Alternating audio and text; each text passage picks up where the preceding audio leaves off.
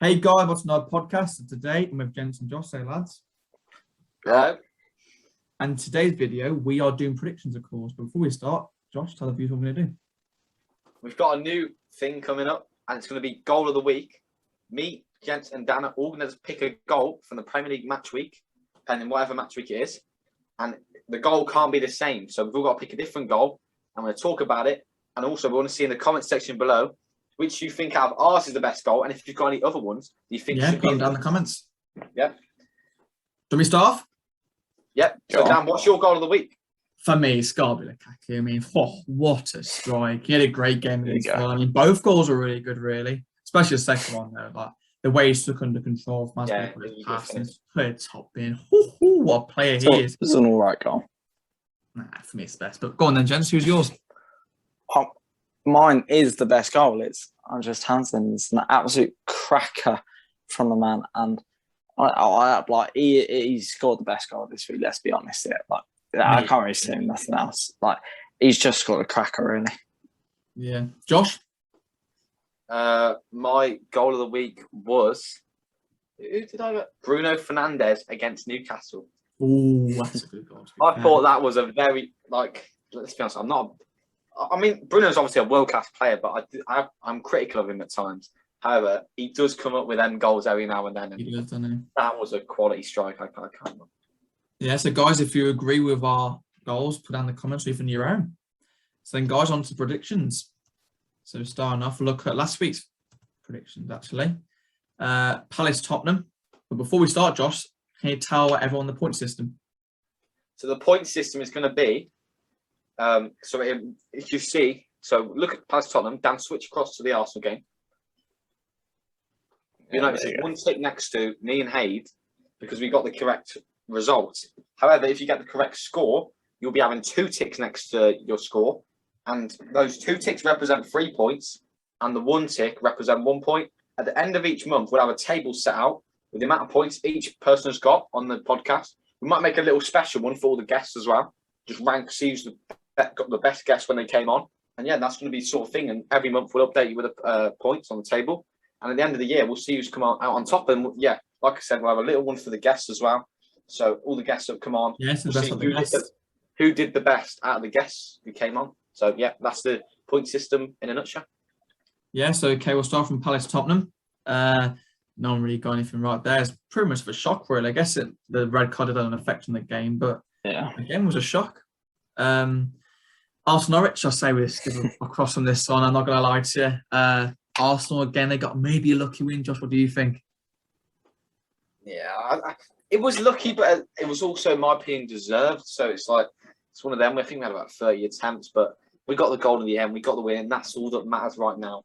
In the future, you want to see more goals, good performances, but I think the win was all that mattered, and we just got to build on it against Burnley tomorrow. Exactly. Now on to Brentford. Hayden, Gents, both game points out. To be fair, it was a tight game. It could have been a tight one. It was a tight one. It was a very tight game. Last minute from Trossard. Big win for Brian, that is. All of us got points on the City game, of course. We were kind of expecting that, to be fair. Again, same with Man U. We all knew Man U were going to win, but what scoreline really? I was so close. I just fair enough. Edged it down one. Jens was close, but we had the same margin as well. Exactly. We did slate you there, Jen. Fair enough. And then Josh, fair enough there. Getting a score prediction right there. As you can tell, Josh did pop off this week. And then again, with the Wolves score. Proved them all wrong. It's outrage. Guys, we'll let Josh have his moment here. And then, surprisingly, no one got any from the Southampton game. I was close. I was very close. 0-0. I guess you were, but I always thought West Ham were going to win that one, but it's surprising. Leeds Liverpool gambled hard there. I was so close, man. It was 2-0 with about 2 minutes left. And they went and scored a third. Still, Josh, you got 2 spot on. I don't know if anyone else got. And then Haid, of course, got this one right. No one else got any right. Haid got it right, yeah. That's outrageous. And Jens don't know what's happened to 1-1, but okay. To be honest, it was 1-1 in the second half at one point. I thought Jens was going to get it.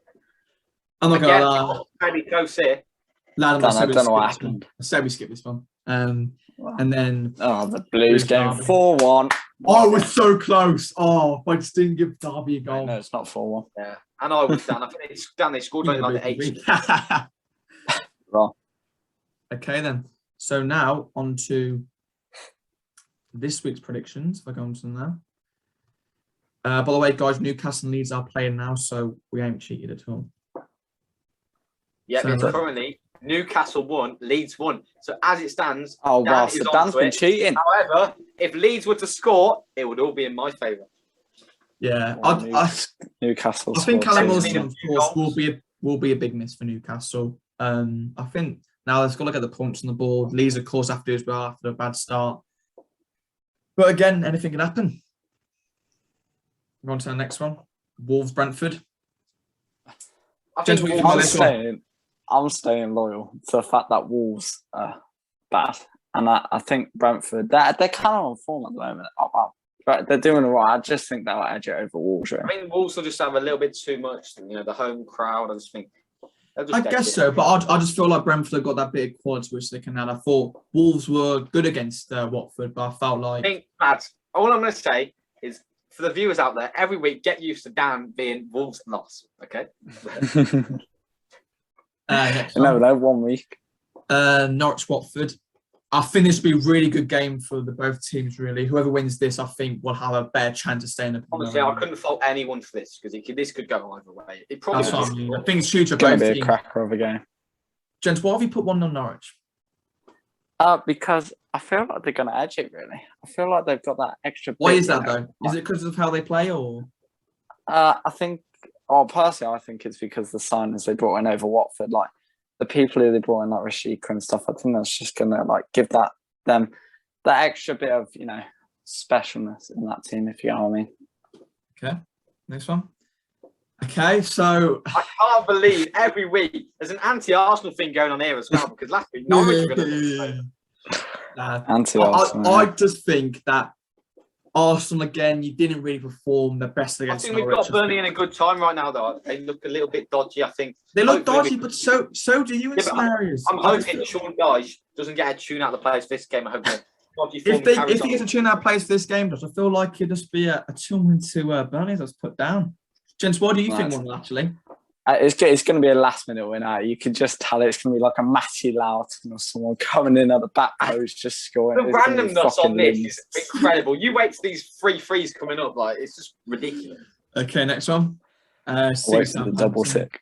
6-1. Okay, gents. No, come on. Explain yourself. They're due it, really. Explain They're yourself. due it. They're due a fucking I don't think Southampton will score though. I think 6-0 would be a lot more. Respectable. I just do think C would of course be too powerful, and it's just about. Armstrong. I'll be honest. I'm might just come about back. how we're going to guess it. Really, if there's going to be 2, 3, 4, maybe 1. I think if Jensen had gone 4-0, I think one of us would have been almost guaranteed to be right. Yeah. This has been an interesting one, Liverpool Palace. I feel like after last week's game against Spurs, I feel like Palace really looked good actually. I think on a Gallagher. I think I'm not going to lie to you. It was a 10-man Spurs. Spurs I guess so, but no, but poor Conor last Gallagher's season. looked really good this season in the market. Not I to know, the- that's why I Spurs put 2-2. really good. And they still only won because of sending off, really. So I think I've got to see Palace a bit more against an 11 versus 11 team similar levels. No, I do agree, but I just feel like it'd be a real close game. You're getting Edouard as well. Villa Everton. Side game, I've had to go with draw it. Oh, What- Josh. what is that, Josh? Lads. Josh, why is that? I just think Villa home crowd, new signings, maybe Bailey might start, who's a good player. And I think Everton, they look good at the minute. I just think it might be. Do you think one of them both ways teams to cancel each other out? I think both teams are I've got a decent opportunity tomorrow in a decent spell. I think they might just cancel each other out. Okay. Brian Leicester. Leicester's come off a 2-2 draw with Napoli, of course. Harley back to his best. Yeah, I just feel like with Leicester, anything could happen with them at the moment. I feel like in a way they're too inconsistent for me. I feel like they haven't had a good performance. I feel like they haven't on and off days in the Prem, of course. I feel like they're not as strong enough for the back, of course, of injuries. But other than that, I just feel like it'd be a tight game because Brian's been on form this season. Yeah, Leicester coming off of the back of that Thursday night game, I think might bit of tiredness coming into factor. I think Brighton will make it hard at the Amex, so I'm personally thinking it might be a draw, but I think Leicester might win too. We'll see. Fair enough. West Ham United, gents. This is a 4-0. tight game. Well, it's actually not a Explain tight game. yourself. I'm going 4-0 because They don't have Antonio because he's been sent off last game, and then the rest of their team without Antonio is kind of like a mid-table team. That's why I think they're going to get back. I think you're being a bit harsh there. Yeah, but Antonio's not a carry of West Ham. He scores a few goals. However, they just signed Zuma. They've got Vlasic. They've got Ben Rama looking okay this season. They've got four nows. They've got but who they playing at the top?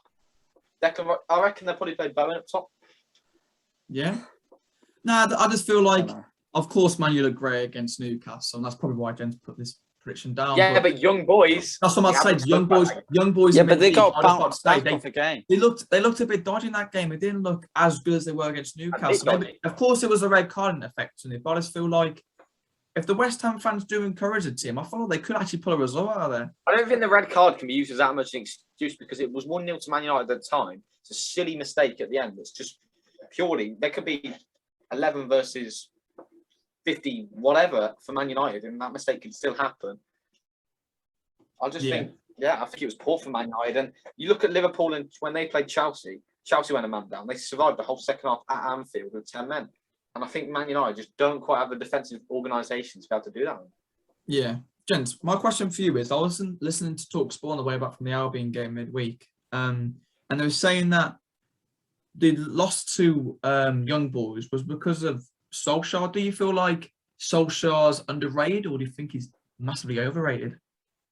I think he's massively overrated, really. I don't think he's got that much experience in the managerial industry. And honestly, I don't think he's the right fit for Man United, in my opinion. But I'll put 4-0 because it's just the squad which they have. We can't really be losing to West Ham without Mikel Antonio. And I know you just lost 2-1 against Young Boys, but this is like a bounce back game for them, if you get what I mean. Like, they're going to hammer West Ham, in my opinion. That's why I put 4-0. Okay. I think with Ollie, though, it's like I think he's not underrated, but he's not overrated. I think there's enormous amounts of pressure on him this season to bring some silverware. Will certainly challenge for the title. And if he doesn't do that, I think there'll be fans calling for his head, because I think already after that Young Boys game, he's had a can't say him, Aaron. A lot of teams can't say him. London derby, something Chelsea. 3-3, interesting. It's a tight game. It's a tight game. Chelsea conceded 3 goals. Both teams don't concede goals, but Jen's gone for 6 goals, interestingly. Yeah, but you got Harry Kane up against I just feel like Chelsea, again, have looked really good this season, especially with Lukaku. I could have easily gone 2-0. Mendy's looked really good this season. Moments occasionally can't be as good as that, but I just feel like Chelsea will be too good for Tottenham this game. People are going all on this about Harry Kane. I think without Heung-min Son, Harry Kane's really half the player he is for Tottenham. I think Son's, if anything, a bigger loss than Kane for Tottenham. And I think they're going to struggle even more while he's not there. And I'm hoping, still out for the London derby. Yeah.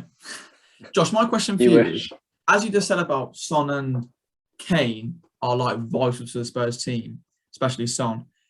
If they both were out, is there any player you feel like can show their qualities in the Spurs team?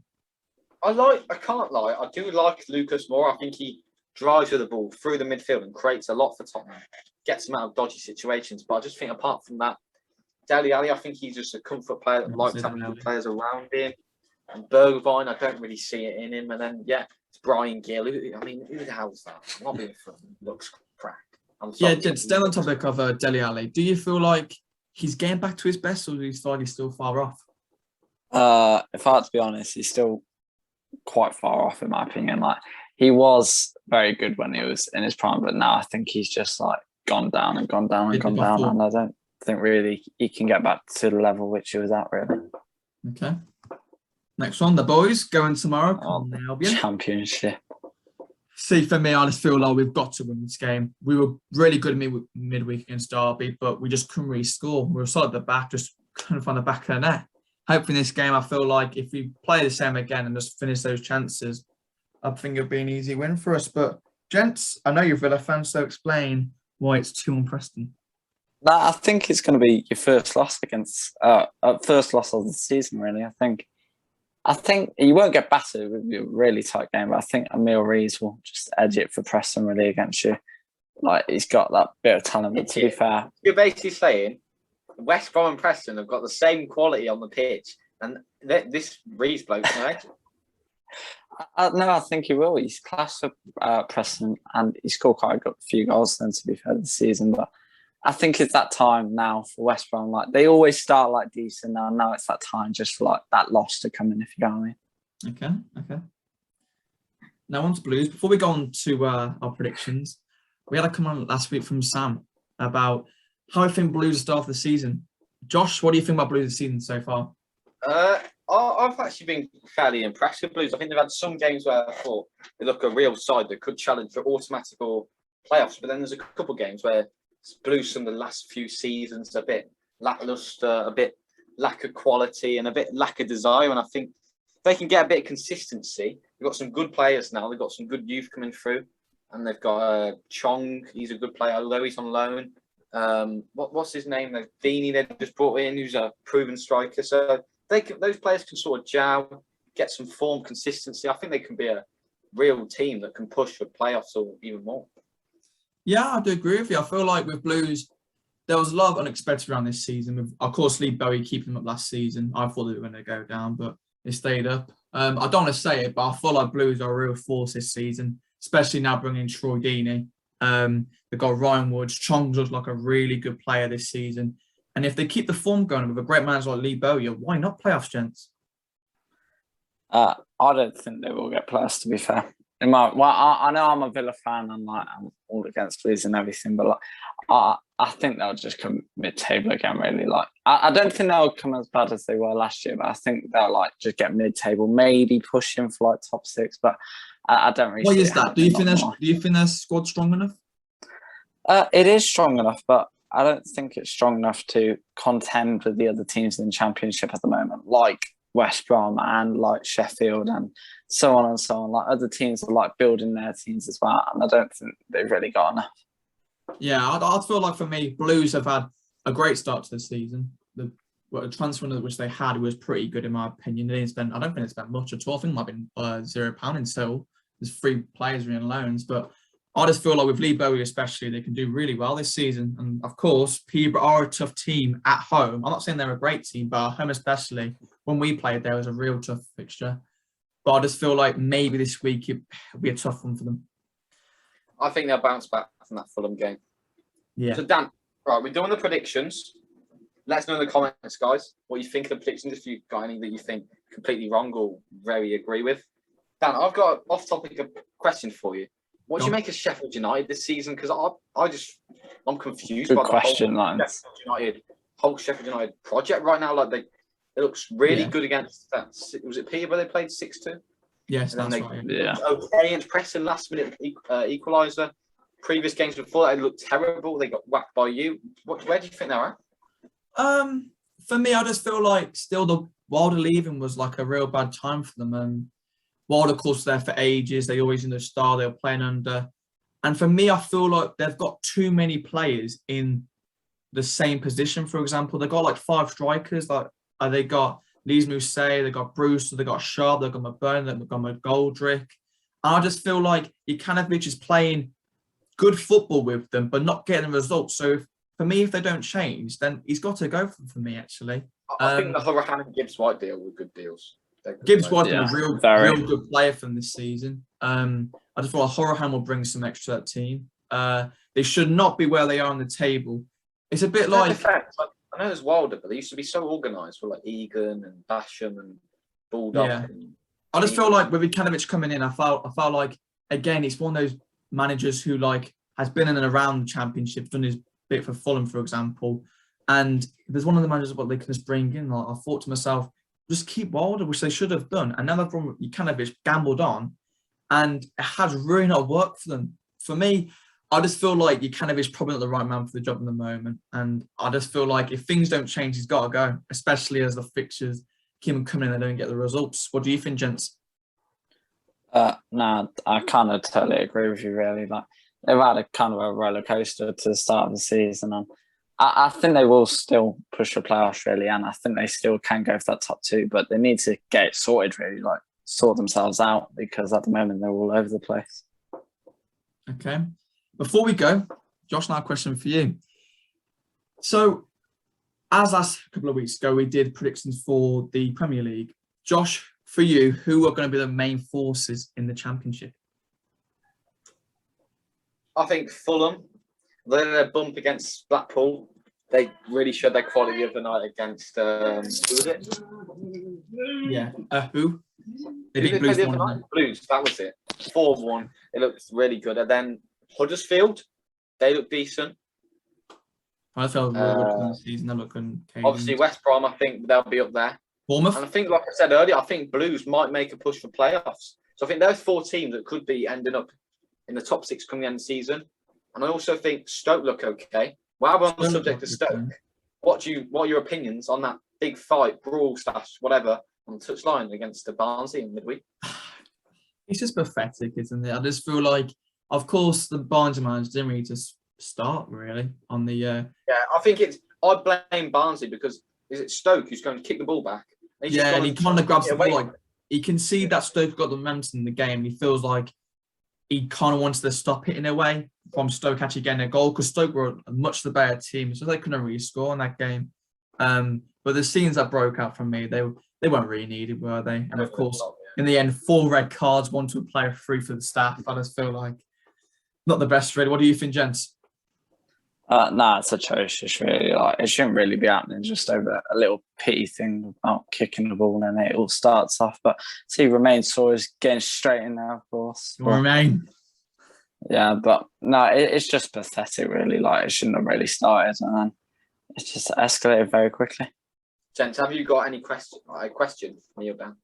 I'd just like for both, like what we've just given you, Prem, Championship, whatever, or Europe, Champions League, whatever. See, I was going to come on to that. I was going to say, what do you think about West Ham in the Europa League? Like, do you think they will go far enough?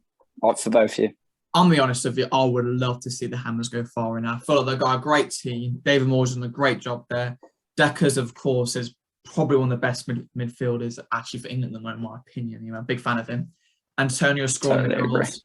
I feel like Vlasic and Lanzini, of course, played in the midweek. I feel like he'll have a point to prove as well. And I just feel like if they can try and go far, why not maybe go through a couple of rounds? You never know. What do you think, Josh? Yeah, I think they'll get out of the group. And I think they might go past round of 32, maybe 16. I just think that lack of experience in Europe for most of their players will come back and bite them. I think a team like Champions League might drop down in a good group, get them at the wrong time, and I think their experience will show for it. And I think they'll just outdo them. And I think they might just come a little bit short, maybe their squad depth as well. But I think they'll have a good run in it. Okay. So, guys, thanks for watching this week's podcast. Make sure you leave your comments down below if you want to be on the course or even the goal of the week. Yeah, we're looking for guests. We're going to hopefully have a sort of similar schedule as one week we have a guest on a Friday, and the next week mainly just us and then a guest. And then, so if you want to come on the podcast, just let us know via Instagram or comment section down below. Yeah. Okay, guys. So thanks for watching. Yeah. Goodbye, lads. Good one. See you guys.